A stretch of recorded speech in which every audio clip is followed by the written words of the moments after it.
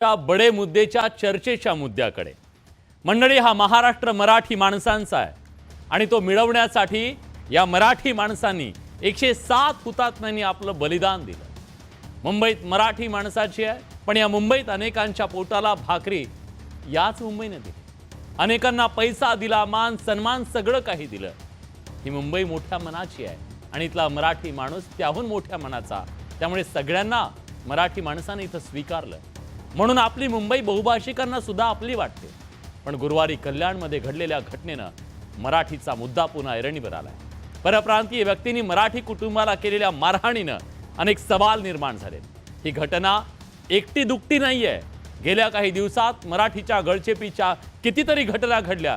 एखाद्या web सिरीजची sequel असावी अशा पद्धतीने हे सगळं सुरू आहे या मुंबईमध्ये मराठी माणसाच्या बद्दल। त्यातून काही सवाल निर्माण झाले। सवाल आहे, परप्रांतातून पोटा पाण्यासाठी आलेल्यांना मराठी माणसाचा द्वेष का वाटतोय? परप्रांतीयांची वाढलेली संख्या, घटणारा मराठी टक्का परप्रांतीयांची मुजोरी वाढवतोय का? मराठीसाठी आग्रही राहणं मुंबईत गुन्हा ठरतोय का? खाण्यापिण्यावरून मराठी माणसाला या मुंबईमध्ये त्याच्या मायभूमीत बहिष्कृत केलं जातंय का? मराठी माणसाचा दुस्वास करणाऱ्यांची हिंमत वाढत का चालली आहे? अमराठी मतांसाठी मराठी माणसाकडे राजकीय पक्षांचं दुर्लक्ष होतंय का? मराठीला मुंबईत सावत्रपणाची वागणूक कुणामुळे आणि कशामुळे मिळतेय? मराठी आपल्याच मायभूमीत याचकाच्या भूमिकेत चालली आहे का? हे सगळे सवाल आज मराठी माणसाच्या मनात आहेत आणि या सगळ्या प्रश्नांची चर्चा आपण करणार आहोत। पण त्याआधी बघूया हा खास रिपोर्ट।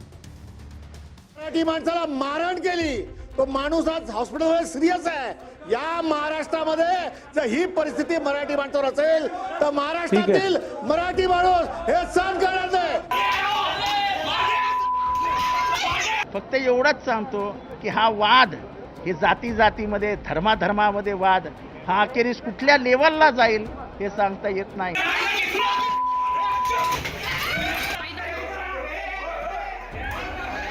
भाजपचं आणि एकनाथ शिंदेंचं 2.5 वर्षाचं मागचं सरकार आणि आत्ताचं सरकार ह्या वादाला जास्ती कुठेतरी प्रोत्साहन देतंय का हे पाहणं गरजेचं आहे। नागपूर अधिवेशनातही कल्याणमध्ये परप्रांतीयांकडून मराठी कुटुंबाला झालेल्या मारहाणीच्या घटनेचे तीव्र पडसाद उमटल्याचं पाहायला मिळालं। विरोधी आमदारांनी या मुद्द्यावरून राज्य सरकारला धारेवर धरलं।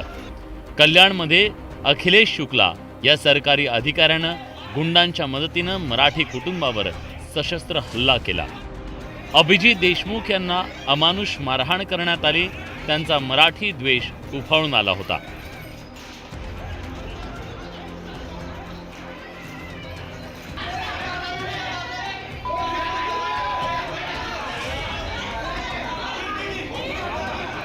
तुम्ही मराठी लोक घाणेरडे आहात, मटण चिकन खाऊन इथंच फेकता, तुम्ही झोपडपट्टीतून आलात असं म्हणत शुक्ला आणि त्याच्या गुंडांनी मराठी विरोधात गरळ होती।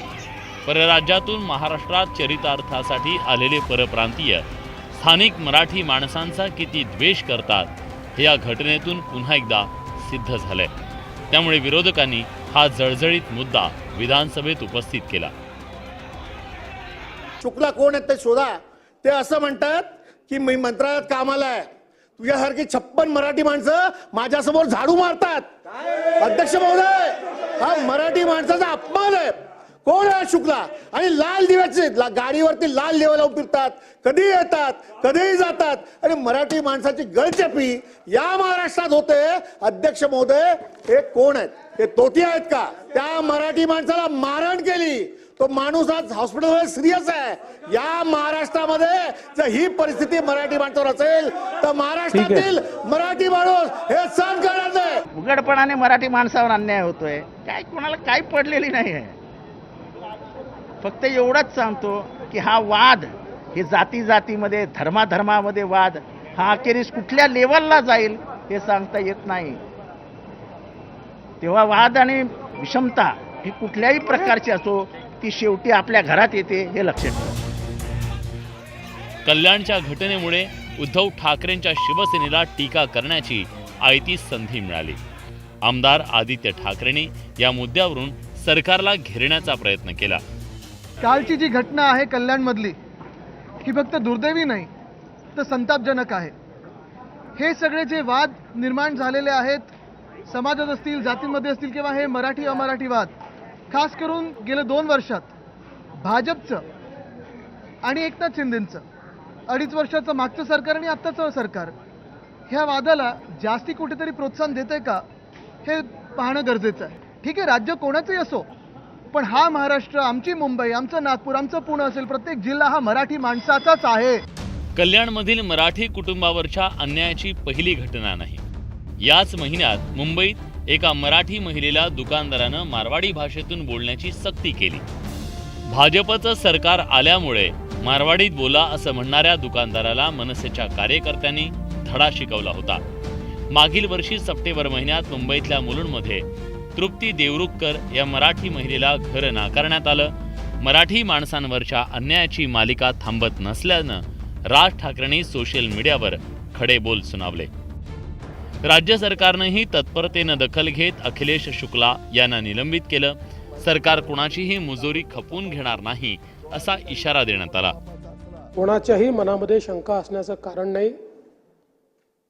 मुंबई आणि महाराष्ट्र हा मराठी माणसाचाच होता, मराठी माणसाचाच आहे आणि मराठी माणसाचाच राहील. कधी कधी काही नमुने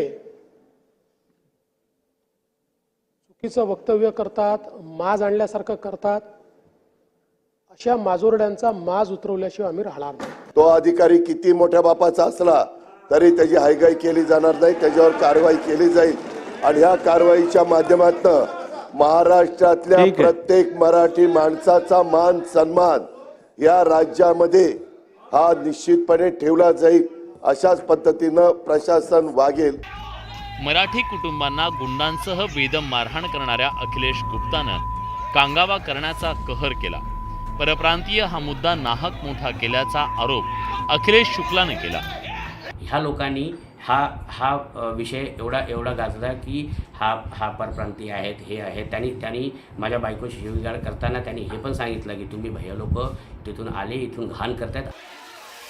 मुंबई आणि परिसरात परप्रांतीयांची वाढत जाणारी संख्या आणि काही परप्रांतीयांची मुजोरी मराठी माणसांच्या सुरक्षिततेसाठी धोकादायक बनत चालली आहे.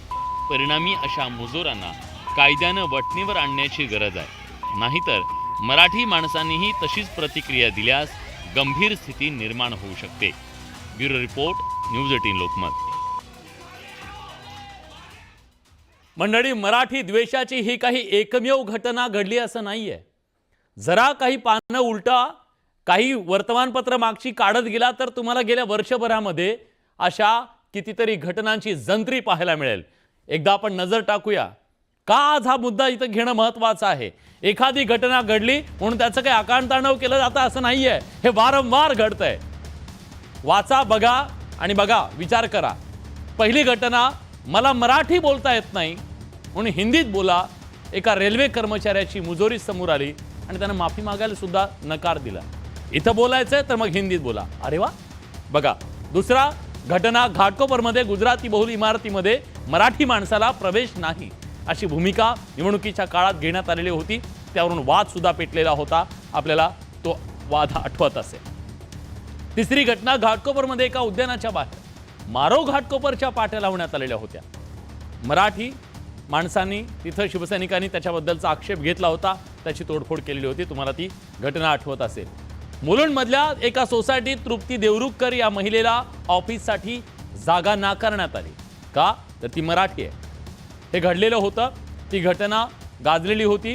त्यानंतर मराठी शाळेत शिकले म्हणून महापालिकेनंच, मुंबई महानगरपालिकेनंच काही लोकांना नोकरी नाकार. अशा प्रकारची एक घटना काही दिवसांपूर्वी महाराष्ट्रात घडली, मुंबईमध्ये घडली. इथं मराठी उमेदवारांचं स्वागत नाही, नॉट वेलकम. इथं मराठी उमेदवारांचं स्वागत नाही.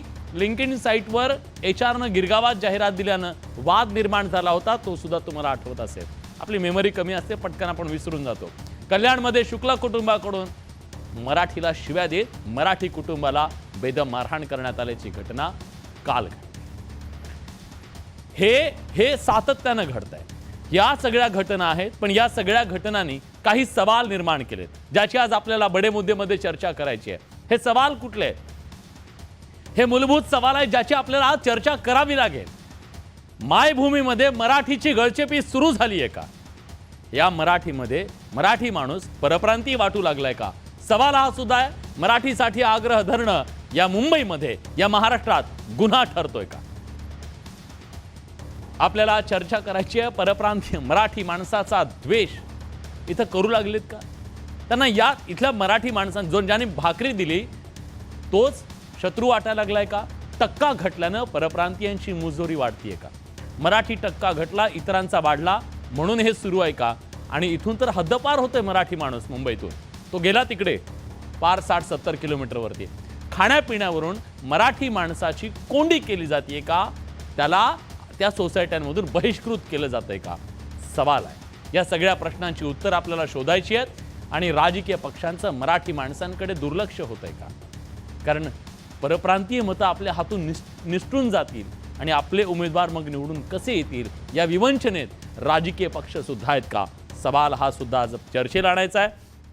आणि यासाठी आपल्यासोबत मान्यवर पाहुणे आहेत. आपल्यासोबत या चर्चेत सहभागी होण्यासाठी शिवसेनेचे सहमुख्य प्रवक्ते डॉक्टर राजू वाघमारे आहेत. आपल्यासोबत या चर्चेत सहभागी होण्यासाठी शिवसेना उद्धव बाळासाहेब ठाकरे पक्षाचे समर्थक जयेश वाणी आहेत. जयेश, स्वागत आहे तुमचं. आणि मनसे कल्याण शहर महिला अध्यक्षा कस्तुरी देसाई सुद्धा या चर्चेत सहभागी झालेले आहेत. सुरुवात मी या चर्चेची जयेशपासून करतोय. राजू वाघमारे सुद्धा आपल्यासोबत जोडले गेले आहेत. डॉक्टर, स्वागत आहे तुमचं. आज राज्याच्या मुख्यमंत्र्यांनी सभागृहातून सांगितलं की असे कोणी मुजोर असतील ज्यांना माज आला असेल त्यांचा माज आम्ही उतरवू, माज खपवून घेणार नाही. जयेश, आज प्रश्न हा निर्माण झालेला आहे. मराठी माणसाला मराठीवरून शिवीगाळ करणं, त्याला घरात गुंडांकरून मारहाण करायला लावणं, हा माज नेमका येतो कुठून? हा सवाल आहे. आपल्या या सगळ्या प्रश्नाचं खरं तर मला ज्यावेळेस विषय कळाला मी थोडं वाचन करावं म्हटलं, काहीतरी बघावं म्हटलं. पुन्हा एकदा तीच सुरेश भटांची अजरामर कविता ती समोर आली. तिच्या 4 ओळी सगळ्यात पहिल्यांदा वाचतो, कारण की तिच्यामध्ये तुमचा प्रश्न पण आहे आणि त्याचं उत्तर सुद्धा आहे. पाहुणे जरी असंख्य पोसते मराठी, आपुल्याच घरात हाल सोसते मराठी, असे कितीक खेळ पाहते मराठी, शेवटी मतांध तख्त फोडते मराठी. हा जो आशावाद आहे ना की मतांध तख्त फोडण्याचा, तो मराठीचा दुर्दम्य आशावाद सुरेश भटांनी व्यक्त केला. मात्र गेल्या 2-2.5-3 वर्षांमध्ये असं काही घडताना दिसत नाही. मूळ प्रश्न जो सन्माननीय आदित्य ठाकरे यांनी उपस्थित केला तो प्रश्न अधिक महत्वाचा आहे विलास, की हे सगळे प्रकार नेमकं भारतीय जनता पार्टी सरकार सत्तेमध्ये आल्यानंतरच का पुढे होतं, या वादांना प्रोत्साहन का दिलं जातं? म्हणजे आता जी तुम्ही स्क्रीनवरती दाखवलं तेव्हाच मी लिहून घेत होतो. म्हणजे मग ती रेल्वे कर्मचाऱ्याची घटना असेल, घाटकोपरची घटना असेल, घाटकोपरचं म्हारो घाटकोपरची घटना असेल, मुलुंडची घटना असेल, मनपामध्ये नोकरी नाही, मनपामध्ये शिवसेनेचं सरकार नाही, आमचं सरकार नाही, तिथे प्रशासक बसलाय, हे मुद्दामून जाणीवपूर्वक आठवणींनी आपल्या समोर नमूद करतो. HR ने मराठी नको म्हणून सांगितलं. आणि आता ही कल्याणमधली घटना, सातत्याने मराठी विरुद्ध अमराठी वाद या महाराष्ट्रात कुणाला हवा आहे? तर तो भारतीय जनता पार्टी सारख्या राष्ट्रीय पक्षाला हवा आहे, जिथे त्यांना हिंदुत्वाच्या अजेंड्यावरती नेऊन पुन्हा मराठी अमराठी वादामध्ये मग पुन्हा आमची आणि मनसेची जुंपवून द्यायची. म्हणजे मग मराठी मतांमध्ये आम्ही दोघं जण एकमेकांना मतं खाणार आणि भारतीय जनता पार्टीचं पुन्हा भलं होणार. मूळ मुद्दा असा आहे. आज मला खरं तर वाईट या गोष्टीचं वाटलं, आपण वाईट दाखवला महाराष्ट्राच्या मुख्यमंत्र्यांचा, देवेंद्र फडणवीसांचा. ते असं म्हणतात मुंबई आणि महाराष्ट्र ही मराठी माणसांची होती आणि मराठी माणसांचीच राहील. मग माझा प्रश्न असा आहे की वेगळ्या विदर्भाच्या मागणीसाठी 2014 मध्ये व्हिडिओ बनवणाऱ्या देवेंद्र फडणवीसांनी आणि भारतीय जनता पार्टीनी मग वेगळ्या महाराष्ट्राचा, वेगळ्या विदर्भाचा जी मागणी केली होती, त्या मागणीवरती भारतीय जनता पार्टी अजूनही कायम आहे की नाहीये? घाटकोपर आणि मुलुंड सारख्या अमराठी बहुल अनेक भागांमध्ये, मुलुंडचा सगळाच भाग काही अमराठी बहुल नाहीये. मग तिथे केवळ उत्तर भारतीयच आहेत असं नाहीये, इतर भाषिकही आहेत, काही गुजराती भाषक आहेत. आपण बघितलं महाराष्ट्रामध्ये कन्नडिगांचा सुद्धा हैदोस माजला होता. कर्नाटक, आंध्र प्रदेश इकडचे जे दक्षिण भारतीय आहेत टोकाचे, त्यांचा सुद्धा हैदोस होता. या सगळ्या परिस्थितीमध्ये देवेंद्र फडणवीसांना हे बोलण्याचा नैतिक अधिकार उरतो कुठे? त्यांनी पहिल्यांदा महाराष्ट्राला हे सांगावं की ते विदर्भासह महाराष्ट्राचे मुख्यमंत्री आहेत आणि विदर्भाच्या वेगळ्या विदर्भाची त्यांनी मागणी सोडून दिलेली आहे. मग त्यांना मराठी राजू वाघमारेने तिकडे डोक्याला हात लावलाय. मी प्रश्न तुम्हाला विचारला, काय मोठी माणसं आहेत. डॉक्टर पटतंय तुम्हाला? त्यांचं म्हणणं आहे की ही जी मुजोरी वाढली आहे त्याला तुम्ही जबाबदार आहात, तुमचा मित्रपक्ष जबाबदार आहे, सत्ताधारी जबाबदार आहेत, असं त्यांचं म्हणणं आहे. नाही, विलासजी, एक गोष्ट लक्षात घ्या, या महाराष्ट्रात याच्या राज्य करणारे सगळे राजकीय पक्ष जबाबदार आहेत. या सगळ्या राजकीय पक्षांनी मराठी भाषेच्या बाबतीत आणि मराठी भाषिकांच्या बाबतीत जी भूमिका घ्यायला पाहिजे होती ती भूमिका कोणीच घेतलेली नाही. त्याच्यामुळे अशा प्रकारची मुजोरी ही वाढलेली आहे. हा पहिला मुद्दा आहे. आता दुसरा मुद्दा की याच्यापूर्वी जे झालं त्याच्यावर खापर फोडून आपण गप्प बसतोय का, तर आम्हाला ते गप्प बसायचं नाहीये. याच्यापूर्वी जे झालं ते झालं. आता उपमुख्यमंत्री आणि महाराष्ट्राचे माजी मुख्यमंत्री, या महाराष्ट्राचा लाडका भाऊ आदरणीय एकनाथरावजी शिंदे साहेब आज हिंदू हृदय सम्राट बाळासाहेब ठाकरेंच्या विचाराच्या शिवसेनेच्या प्रमुखपदी आहेत. आणि बाळासाहेब ठाकरेंचे जे विचार आहेत आदरणीय हिंदू हृदय सम्राटांचे, ते विचार आम्हाला हेच सांगतात की हा शाहू फुले आंबेडकरांचा महाराष्ट्र आहे. हा शाहू फुले आंबेडकरांचा महाराष्ट्र आहे. हा छत्रपती शिवाजी महाराजांचा महाराष्ट्र आहे आणि हा शिवसेनेचा महाराष्ट्र आहे. मराठी माणसाचा महाराष्ट्र आहे. आणि या मराठी माणसाच्या महाराष्ट्रामध्ये जी मुजोरी वाढतीये त्याबद्दल तुमची काय भूमिका आहे? मला विलास, जर तू बोलू दिलंस तर तू माझं एंड करायच्या आधीच तू मध्ये आलास. कारण मुद्द्यावर यावं तुम्ही म्हणून मी बोललो. नाही, मी कधीच बाकीचं बोलतच नाही. मी स्पष्ट सांगितलं आणि मी आता त्याच्या पुढचं स्पष्ट सांगतोय की कोणाचीही भूमिका काही असो, शिवसेनेची भूमिका ही कठोर राहणार आहे. आणि मराठी माणसाच्या आड येणाऱ्या, मग तो कोणीही असो, जर मराठी माणसाच्या अस्मितेला आणि मराठी माणसाच्या भवितव्याला जर कोण धोका देत असेल आणि कोणाला ती मुजोरी आली असेल, तर एकनाथरावजी शिंदे साहेबांची शिवसेना आम्ही खंबीर आहोत त्याला उत्तर द्यायला. आणि अशा प्रकारचे जे कोण लोक असतील, आम्ही अशी काही उदाहरणं करू की या महाराष्ट्रात याच्या पुढे आयुष्यात अशा प्रकारच्या उत्तरं किंवा अशा प्रकारच्या गोष्टी मराठी माणसांच्या बाबतीत होणार नाहीत, याची काळजी आदरणीय हिंदू हृदय सम्राट बाळासाहेब ठाकरेंची शिवसेना म्हणजे आमची शिवसेना घेईल. हे मी आपल्या चॅनलच्या माध्यमातून या महाराष्ट्राच्या जनतेला सांगतोय. ठीक आहे. तुम्ही आक्रमक भूमिका घेणार असं म्हणताय. जयेश, मी येतो तुमच्याकडे. नाही, ताईंना बोलू देत. मला एक छोटासा क्वेरी लगेच मनात आली. ताई पण कल्याणची आहे, मी पण कल्याणचा आहे आणि आम्ही दोघेही प्रादेशिक पक्ष आहोत. त्यामुळे मराठी माणसांसाठी त्या पण तेवढ्याच पोटतिडकीनं बांधतील याविषयी शंकाच नाही. माझा मूळ प्रश्न असा आहे की आता राजू वाघमारे साहेब जे काही सांगितलं डॉक्टर साहेबांनी ते खूपच छान होतं. पण माझं म्हणणं हे आहे या सगळ्या प्रकरणामध्ये की मुळात त्याची FIR घ्यायला 12-15 तास उशीर लावून घेतला. तो आदल्या दिवशी ज्यावेळेस रात्री ही घटना घडली तेव्हा गेला होता, तेव्हा त्याची FIR घेतली नाही. त्याला MLC ला ऐकून घ्या पूर्ण. राजूजी ऐकून घ्या. Patience yes, correct. तर तेव्हा त्याची FIR घेतली नाही. तुम्ही म्हणता असं पुन्हा खपवून घेणार नाही, तर संबंधित PI ला सस्पेंड करणार का? ते सरकारमध्ये आहेत, उपमुख्यमंत्री आहेत. अगदी सोपा स्पेसिफिक छोटा प्रश्न, संबंधित PI ला सस्पेंड करणार का ज्यांनी मराठी माणसाची FIR लिहून घ्यायला हलगर्जीपणा केला? सोपा प्रश्न.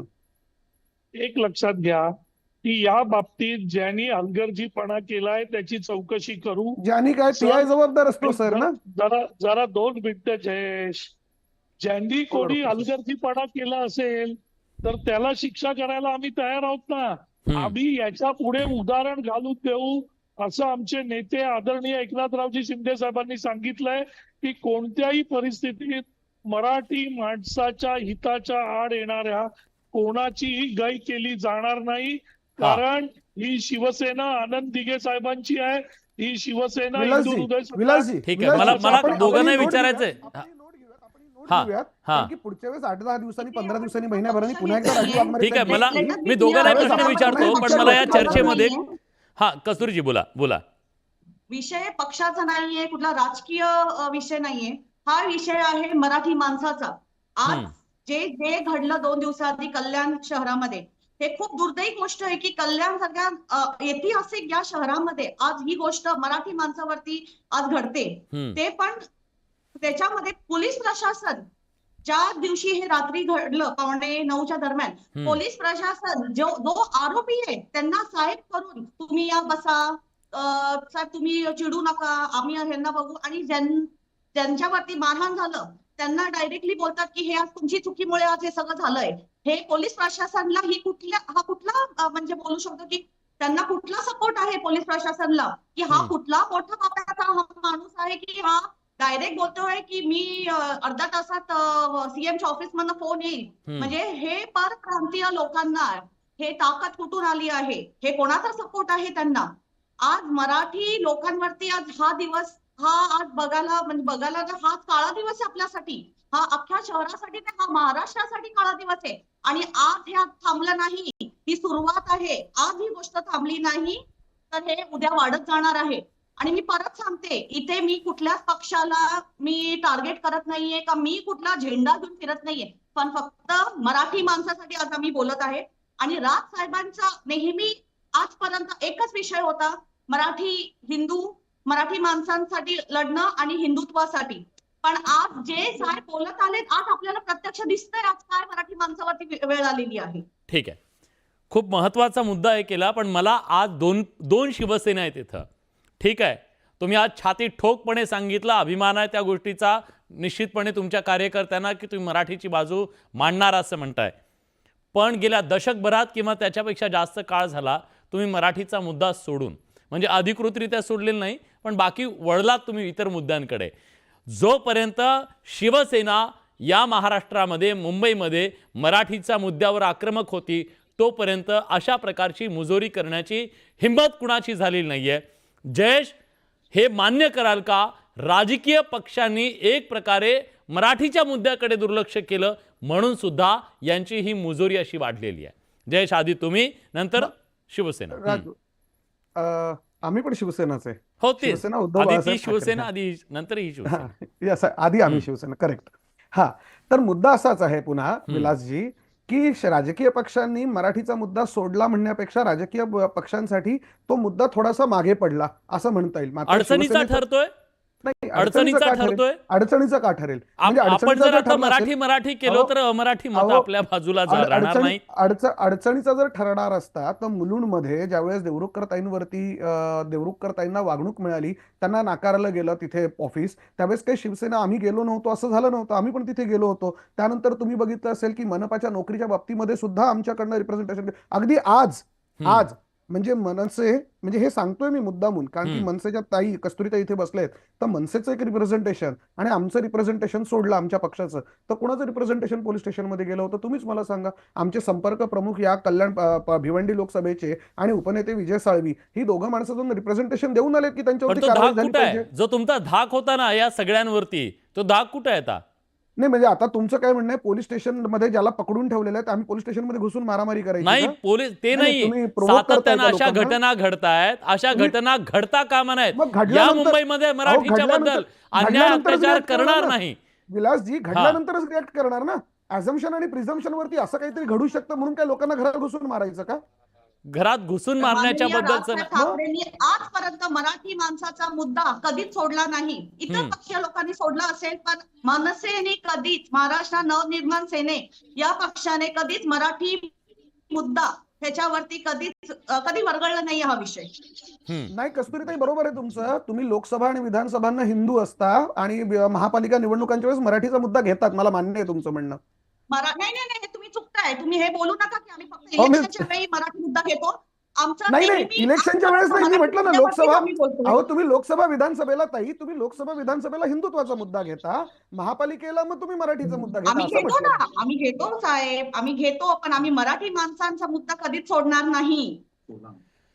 आज आम्ही तर मागणी स्पष्ट केली आहे. तुम्ही त्यांना टोला मारताय, पण तुमची काय अवस्था आहे? तुम्ही काय वेगळं करताय? तुम्ही हिंदुत्वाकडे वळलात, मराठीचा मुद्दा तुमच्या अजेंड्यावर कुठे आहे? आज सभागृहात पहिला मुद्दा कोणी उपस्थित केला? सुनील प्रभू साहेब ना, कुठल्या पक्षाचे आहेत? आमच्या पक्षाचे आहेत ना. आज आदित्य ठाकरे साहेब बोलले ते कुठल्या पक्षाचे आहेत? आमच्या पक्षाचे आहेत ना. आज डीसीपीला आणि एसीपीला जे रिप्रेझेंटेशन दिलं गेलं ते कुठल्या पक्षाचे आहे? आमच्या पक्षाचे आहेत ना. बोला डॉक्टर, बोला. पण सर्वात आधी साहेब, सर्वात आधी इथे शहरामध्ये मनसे पुढे गेली ना. एक मिनिट, येतो मी तुमच्याकडे. जिल्हाध्यक्ष उल्हास भोईरच त्या कुटुंबाला घेऊन पोलीस स्टेशनला गेले ना, त्यांनी सांगितलं की जोपर्यंत 24 तासाचा मला पण संपू द्या जरा, 24 तासात जोपर्यंत आरोपीला पकडलं जात नाही, मनसेनीच त्यांना प्रेशर दिला म्हणून आज तो 24 तासाच्या आत तो चुकला, तो आज पोलीस स्टेशनला पकडला गेलाय ना. बर, ठीक आहे डॉक्टर बोला.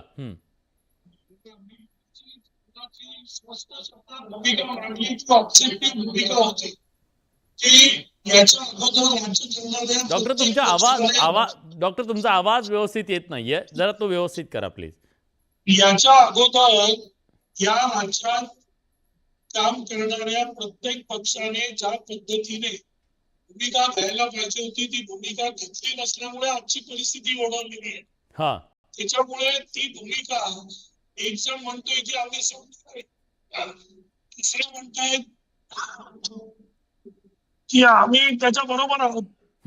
पण ही जर सोडली नसती सुरुवातीपासून तर ही वेळ आली नसती. त्याला सगळेच पक्ष जबाबदार आहेत. आणि म्हणून मी सांगितलं की आताचे जे पक्ष आहेत, आताची आमची जी शिवसेना आहे ती मराठी माणसाच्या अस्मितेसाठी, त्याच्या मानासाठी आणि त्याच्या पुढच्या भविष्यासाठी आणि वर्तमानासाठी मराठी अस्मिता आम्ही सोडणार नाही. पण तुम्ही एका राष्ट्रीय पक्षाच्या सोबत आहात, तुम्हाला ते परवडणार आहे का? ती रिस्क घेऊ शकणार आहेत का तुम्ही? नाही, एक लक्षात घ्या का मराठी हिंदू नाही का? हिंदुत्वाचा आणि मराठीचा प्रश्न आहे ना, मराठी माणसाचा पण. मारणारा तो उत्तर भारतीय होता, तो पण हिंदूच होता ना. एक लक्षात घ्या, प्रश्न हा हिंदुत्वाचा नाही आहे, प्रश्न हा प्रादेशिक आहे. तुम्ही एक लक्षात घ्या, मराठी भूमी महाराष्ट्र आपली भूमी आहे, मराठी माणसांची भूमी आहे. आणि आपल्या भूमीमध्ये आपल्याला आपल्यावरती कोण मुजोर होत असेल त्याचा प्रश्न, तो हिंदू आहे की नाही, तो मुसलमान आहे की नाही, तो शीख आहे की नाही, हा प्रश्न नाही. हा प्रश्न आहे मराठी मातीत जन्माला आलेला माणूस जो महाराष्ट्रातला आहे, तो जर मराठीवरून आणि मराठी संस्कृतीवरून जर कोणाला बोलत असेल, जर कोणाला त्रास देत असेल, तर अशा माणसाला त्याची जागा दाखवणं हे शिवसेनेचं काम आहे. आणि ते काम आम्ही करणार. हेच आम्ही स्पष्ट करतोय की जे ह्याच्यापूर्वी व्हायला पाहिजे होतं ते प्रत्येक पक्षाचा दोष आहे याच्यात, त्यांच्याकडून झालं नाही. किमान मी तर म्हणतो धन्यवाद, तुमचे मान्य तरी केलं तुम्ही की सगळ्याच राजकीय पक्षांची भूमिका याच्यामध्ये महत्वाची ठरलेली आहे, त्या वेळेला भूमिका घेतली नाहीये. जयेश, तुम्हाला वाईट वाटेल कदाचित, कारण तुम्ही सगळ्यात मोठे काय म्हणतात स्टेक होल्डर्स आहात तुम्ही या सगळ्यातले. मराठी माणसाच्या याच्यावर तुमचा डीएनए या शिवसेनेचा मराठी माणूस राहिलेला आहे. आजही आहे. आता आहे की नाही माहित नाही तो, कारण गेला मराठी माणूस तिकडे त्या अंबरनाथ आणि तिकडे कल्याण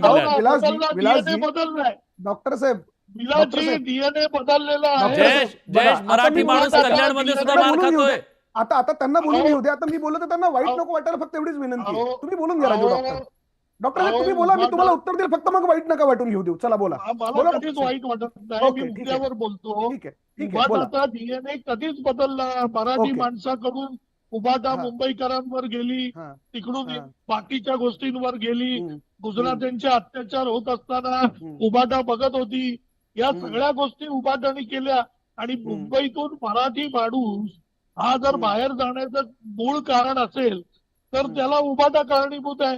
आम्ही ज्या चुका उबाटाने केल्या त्या चुका आम्ही याच्या पुढे करणार नाही, कारण आमचं नेतृत्व आता खंबीर आहे. आमचं नेतृत्व तळागाळातून आलेलं आहे, लोकप्रिय नेतृत्व आहे. त्याच्यामुळे कॉम्प्रोमाइज करणार नाही. ठीक आहे डॉक्टर मला उत्तर घेऊ द्या, वेळ कमी आहे माझ्याकडे. डॉक्टर साहेब, डीएनए वरती किमान आपण वैयक्तिक बोलू नये. ज्यांनी आता 2 वर्षापूर्वी 1.5 वर्षापूर्वी आपला डीएनए काँग्रेसचा बदलून इथे शिवसेनेचं शिंदे गटाचा तुमचा डीएनए बदलला, आमचा नाही बदललेला. आमचा एकच डीएनए आहे. आम्ही तेव्हा पण मराठीसाठी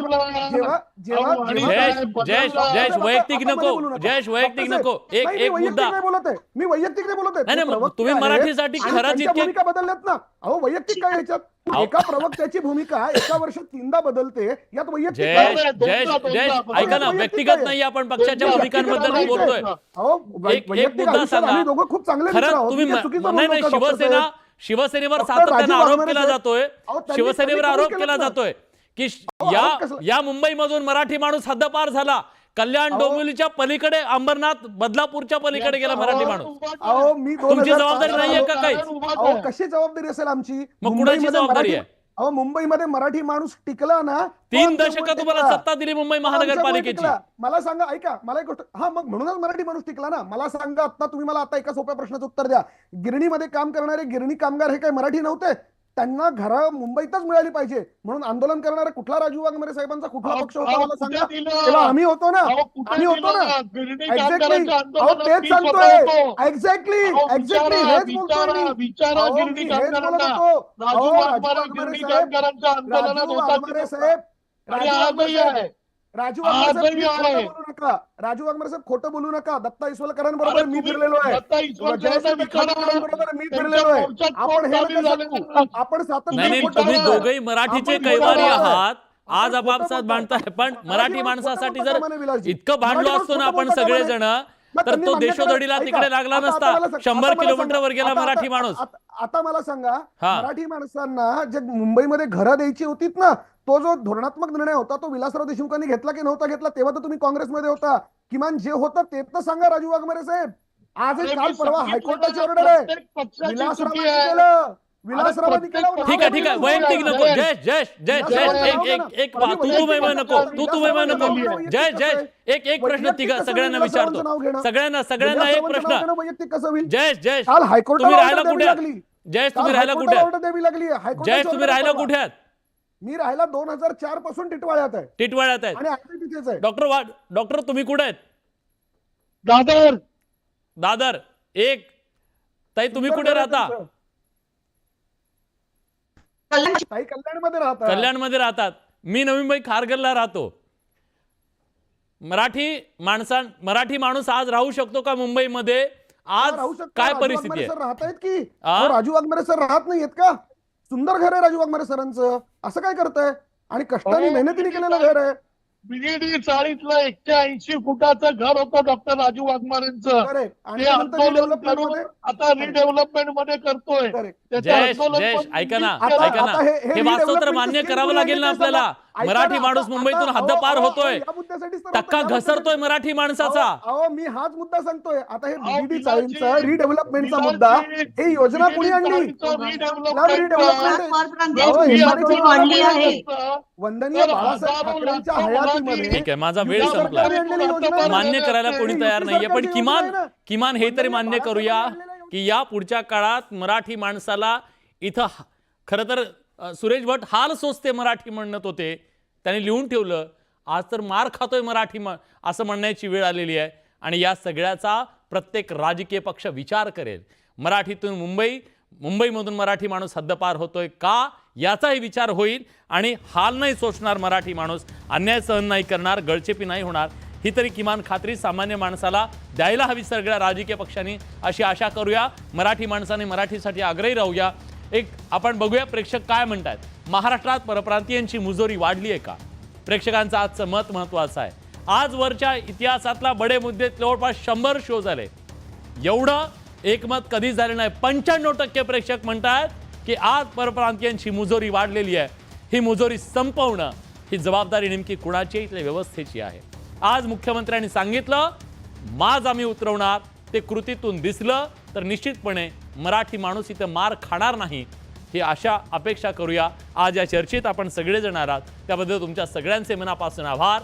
बडे मुद्देमध्ये आज इथंच थांबतोय. ब्रेक नंतर पुढचा मुद्दा. कुठे जाऊ नका, पहा फक्त बडे मुद्दे.